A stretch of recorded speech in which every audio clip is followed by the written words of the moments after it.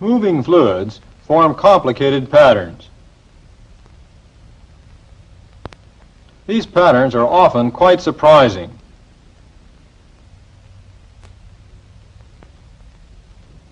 What appears to be a small shift in system geometry can change the entire flow pattern.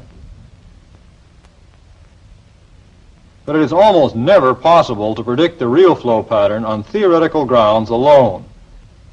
We need other approaches. One of the most efficient is flow visualization, direct observation of the flow field. Visualization is an important tool in establishing flow models as a basis for mathematical models. We can use it for direct solution of engineering problems and also as an aid to understanding the concepts of fluid motion.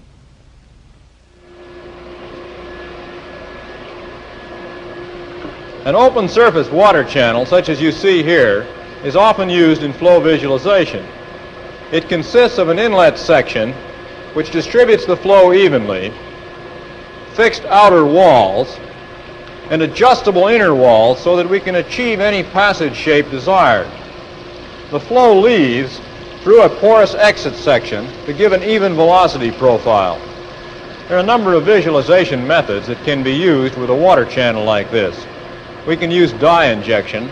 We can use surface powder on the water. First thing we're going to use here, however, is the hydrogen bubble method.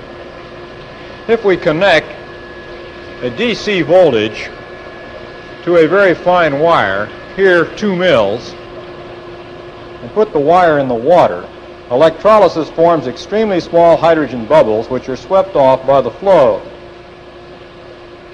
Most of these bubbles are small enough so that they follow the flow quite accurately. A few large bubbles are also formed. We ignore them in observing the flow pattern. Here you see a probe with multiple thin fingers which makes many fine lines.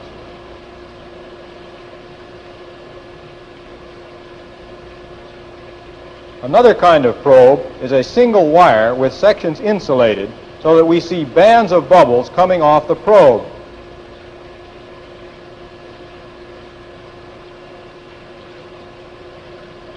In order to interpret flow pictures, we need to be quite clear about 4 concepts. These relate the pictures to the kinematic description of the flow field. The first concept is the path line. A path line is the trajectory or path of a given fluid element. Here we mark a small element with bubbles so that we can follow its path. If we took a time exposure, we would make the entire path visible. Instead, we superpose a path line, and you can check for yourself that each of these squares follows it.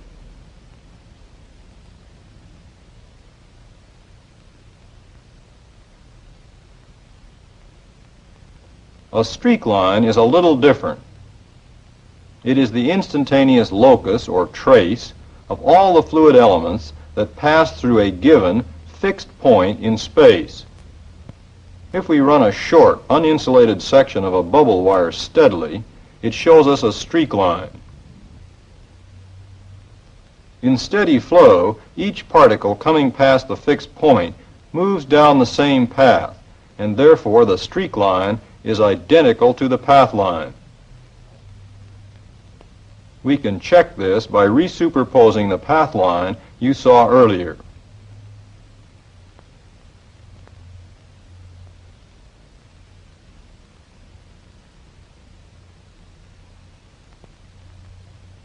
Often it is useful to use multiple streak lines to observe a flow field. We can make them with the multiple finger wire you saw before.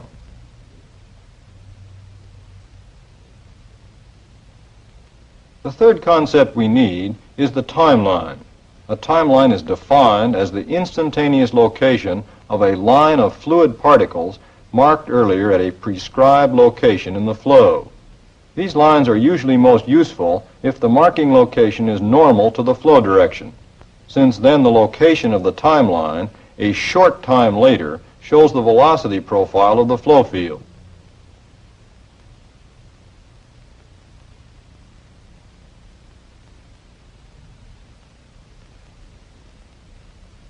Here we apply the timeline technique to a steady flow past an airfoil.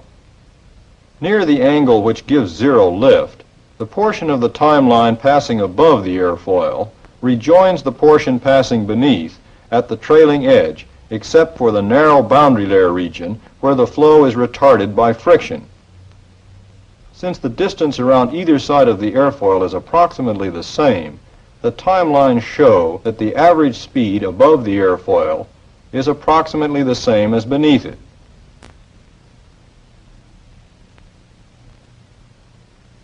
When the airfoil is set at angles which give large lift, the portion of the timeline passing above the airfoil outruns the portion beneath. The velocity is higher near the upper surface.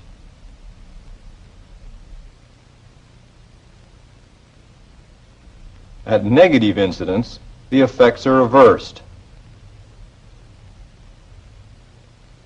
The fourth concept we need is the streamline.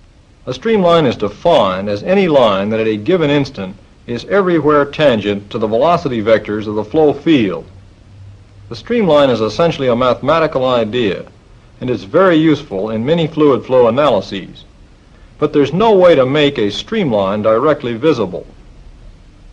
You've seen that in steady flow, the path line and the streak line are the same. And you might suspect that the streamlines would coincide with them also.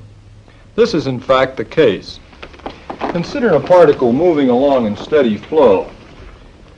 As you saw, each particle moves down the same path line, so that it's always moving down this path towards the particle ahead of it. This means it is always tangent to the path, and that is how we defined a streamline. So in steady flow, the streamline, the streak line, and the path line are all the same, and we can use either streak lines or path lines to show us the streamline pattern. Another thing we often need is the velocity vector field itself. We can find the velocity field by using what I call combined time streak markers. The bubble squares you see here are such markers, and they have a number of useful properties that you can prove for yourself. The sides of the markers are streak lines. In steady flow, the sides show the streamline pattern. The fronts and backs of the markers are timelines. In a two-dimensional incompressible flow, the area of each marker is forever constant. Since the time interval for a given marker to pass any fixed point in space is also constant, the length from the front to the back of a marker at any location is a measure of average velocity in that region. Now consider for a moment an unsteady flow, like the one you see here past an oscillating plate. Do you think that in this case the streak line or the path line will be the same as the streamlines?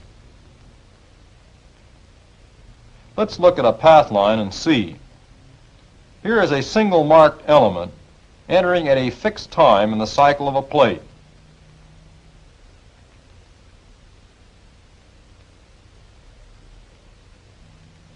As before, we superpose its path line.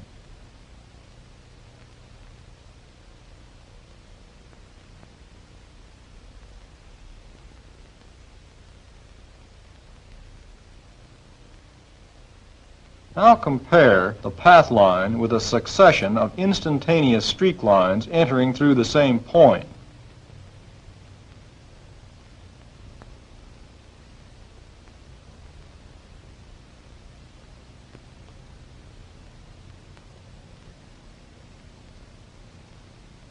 None of the instantaneous streak lines coincides with the path line. Here is a second element entering through the same point, but starting at a different time in the cycle of the plate. Notice that its path line crosses that of the first element almost at right angles, and it leaves around the other side of the plate. Now you see elements marked at both times in the cycle of the plate.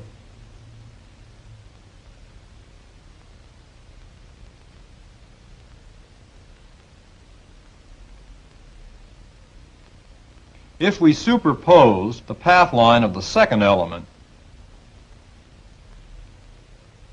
and compare it with a set of streak lines through the same point, you can see that none of them coincide with the second path line either.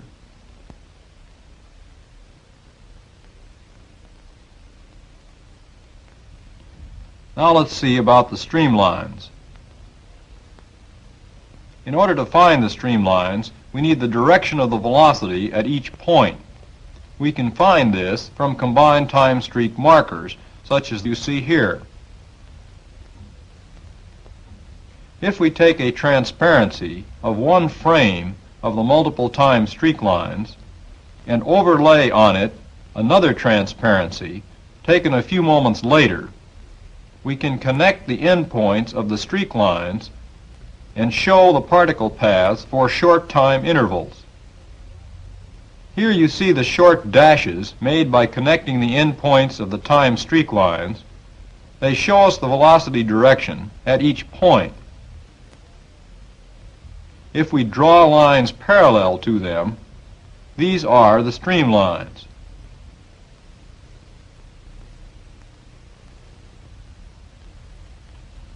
The total streamline picture you see here is for the same instant that the first particle we observed with a path line entered the frame. The dotted streamline is the one that passes through the same point.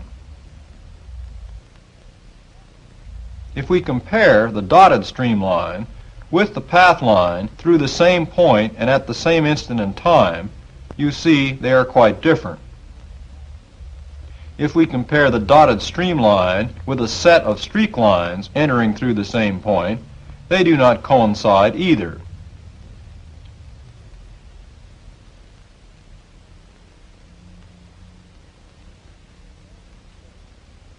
In a transient flow, the streak line, the path line, and the streamline are all different. If the streak lines move sidewise, as you see here, then the flow is transient, and we cannot use the streak lines for streamlines.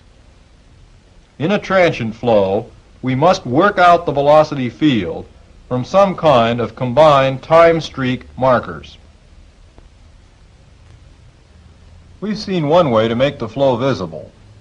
Now let's see how to use this information to solve engineering problems and as a basis for mathematical analysis. As an example, let's consider straight-wall diffusers. As you probably know, a diffuser is any passage that decelerates the flow and causes a rise in pressure. In subsonic flow, the diffuser is merely a diverging passage. Between 1900 and about 1950, a number of studies showed that if we increase the divergence angle of the diffuser 2 theta, that the pressure rise is increased up to some modest angle. But further increases in angle cause the pressure rise to decrease. At that time, we still did not have, however, any good picture of the overall flow patterns, nor did we have good methods for predicting optimum performance.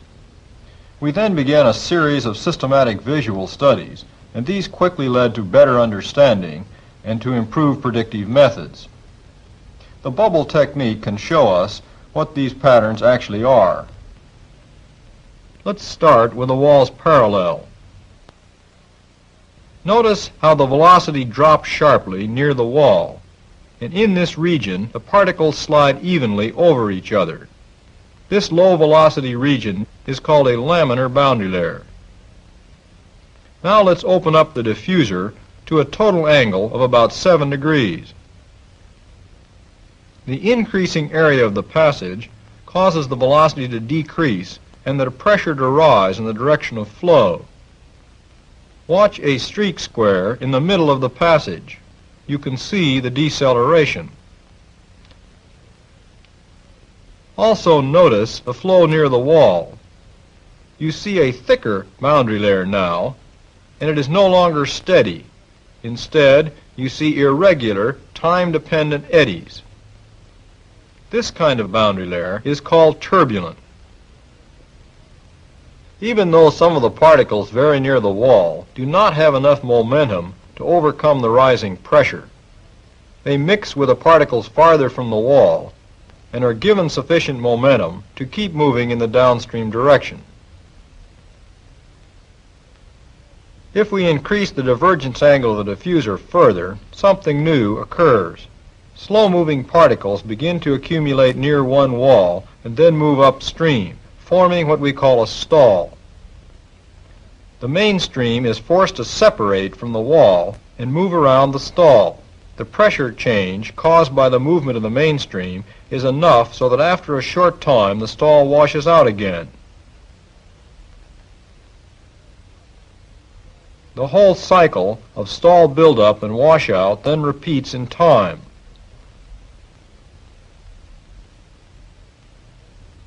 These unsteady motions we call large transitory stall.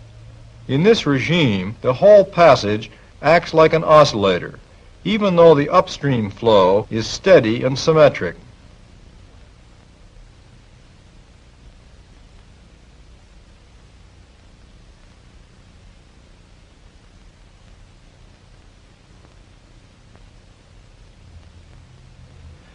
If we increase the divergence angle of the diffuser still further, the stall forms a relatively steady recirculating region on one wall. The mainstream separates very near the throat and hugs the other wall. If we move the mainstream to the opposite wall, it stays there.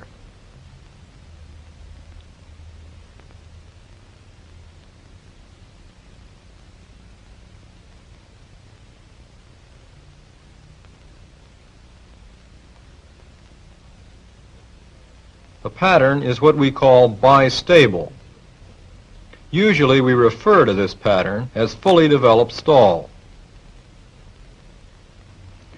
If we increase the diffuser angle to high values, the flow separates from both walls. We observe a jet flow pattern.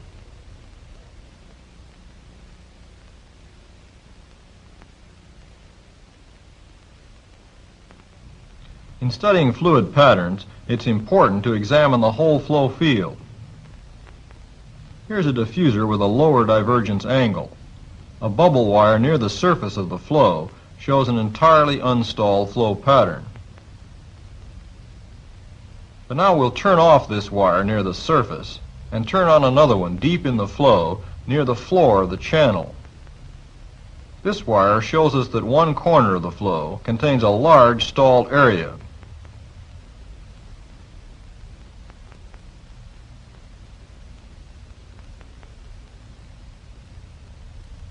The wire near the surface still shows unstalled flow. If we'd used this wire alone, it would seriously have misled us about the nature of the flow pattern. Like any other experimental tool, flow visualization must be used with care to obtain reliable results. Knowledge about flow patterns is most useful when it's summarized in the form of a correlation. In the case of our diffuser problem, we can show the summary by this chart. It shows divergence angle 2 theta plotted versus length to width ratio, the length of the diffuser divided by the width, N over W. The chart shows us when we will find each of the 4 flow regimes you've seen in terms of the parameters. These lines indicate shifts from one flow regime to another. One point that needs emphasis about these shifts in flow regime is that it's very seldom that we can predict them on theoretical grounds alone. Even when we have a good flow model and a sound theory based on it, within a given regime we may not be able to predict where that regime ends. This is the case in the lowest region. In this region, if we stay well below the line of first stall, then we can use Prandtl's potential theory boundary layer model to make accurate predictions about the flow and about performance. But there is presently available no theory that will predict the transition, that is, this whole line. Higher up on the chart, in the other regions, the theories are not as complete, and there is no theory that will predict this line or the hysteresis region either. We might summarize all this as follows. When we first begin to study a problem in fluid mechanics, we may not even know the gross flow patterns to expect. After we've accumulated enough systematic information, in visual form or by other means, we can correlate the data, as for example on the chart. Finally, we can use the flow models so found as the basis for mathematical models, and if these are successful, we can then make paper and pencil predictions about a good many details. We can do that in this regime on the diffuser chart. The information inherent in the second or correlation stage is often useful for other purposes. Sometimes it tells us how to locate optimums, and sometimes it suggests improved designs. In the diffuser example, the lowest line in fact tells us the geometries that give maximum pressure rise for a fixed length of diffuser. The chart itself also suggests a way to improve short diffusers. Short diffusers usually mean wide angles, but wide angles mean separation, poor patterns, and poor performance. The chart suggests that perhaps what we ought to do is to divide up the passages into smaller passages, each one of which does not cross the first line of stall either this way or this way. Let's see if this idea works. Here you see a fully developed stall in a diffuser with a divergence angle of about 45 degrees. Let's insert an assembly of vanes designed so that each passage lies below the line of first appreciable separation on our flow regime chart.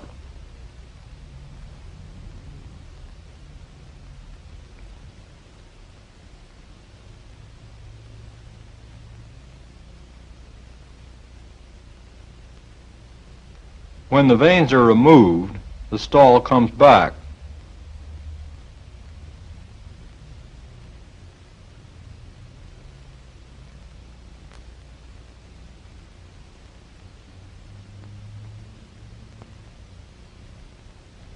It's often useful to use more than one method of visualization. Let's use another technique to look at some of the things we've seen before, and also to study a new pattern of flow regimes, laminar turbulent transition. For this purpose, a useful but very simple method is dye injection. All you need is a flask of adjustable height and a manifold with hypodermic injectors. Any dye can be used provided its density is very close to that of the working fluid.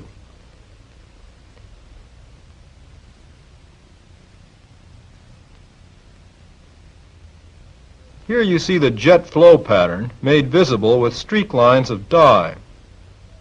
Compare the pattern of the jet flow you see here with the bubble picture we saw earlier.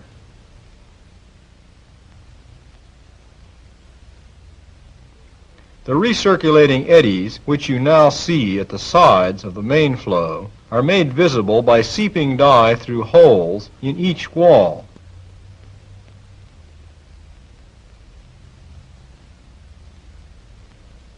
Dye must be injected with some care. If we apply the wrong pressure to the injectors, the dye will come out too fast or too slow. This causes jet instability, as you see here.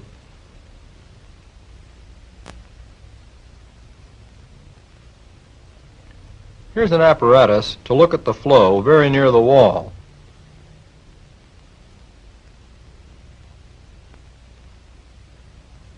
The apparatus consists of a dye reservoir connected through a thin rectangular slit to the flow.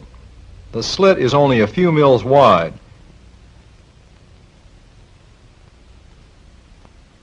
The layers of flow extremely close to the wall are crucial in heat and mass transfer, in flow separation, and in the structure of the turbulent shear layer.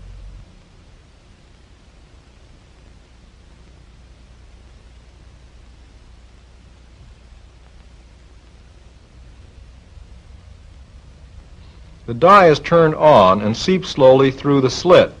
It moves upstream because the diffuser walls are at a very large angle and the flow is stalled.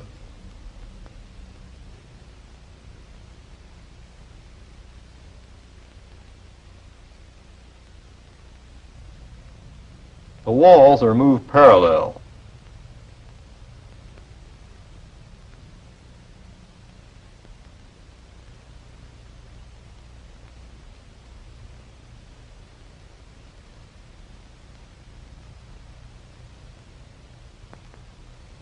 Now we are looking directly at the wall which contains the slit. The slit is near the left edge of the picture. Notice the smooth, almost glass-like appearance of the dye. This is typical of a laminar boundary layer. Now we introduce effective trips. The flow over the irregular, streaky structure you see is typical of the wall layers of the turbulent boundary layer. The dye streaks are actually zones of low-speed flow, and the clear areas in between are faster-moving fluid.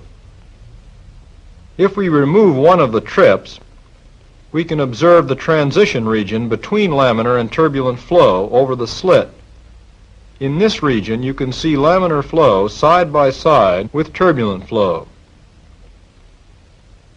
You can also see transient spots of turbulence moving down through the flow.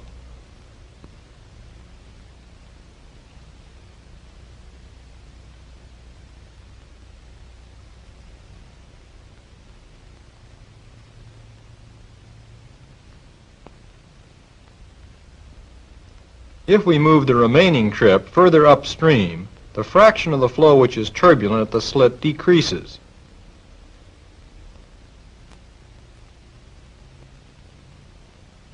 Finally, the entire flow becomes laminar again. In the laminar turbulent transition problem, we again find several patterns of flow, and again the state of knowledge is different for each pattern. If we know the flow is laminar, we can calculate many fine details of performance from well-developed theory. If we know the flow is turbulent, we have workable approximate theories for a few simple cases. In a number of other cases, we also have good data correlations for such things as friction and heat transfer coefficients.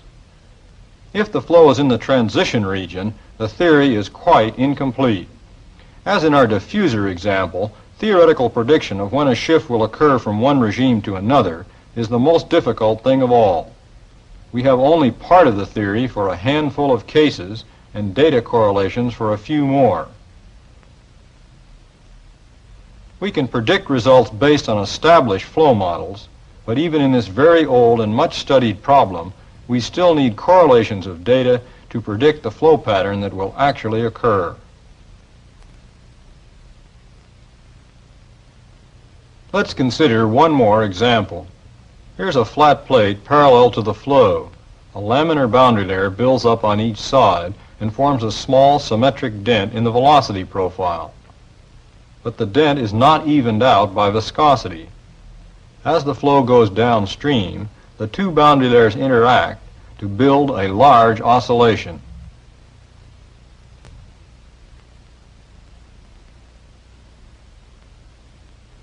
Here's the same flow shown by a single bubble wire downstream. Once again, a steady, symmetric upstream flow leads to an unsteady oscillation in the downstream motion.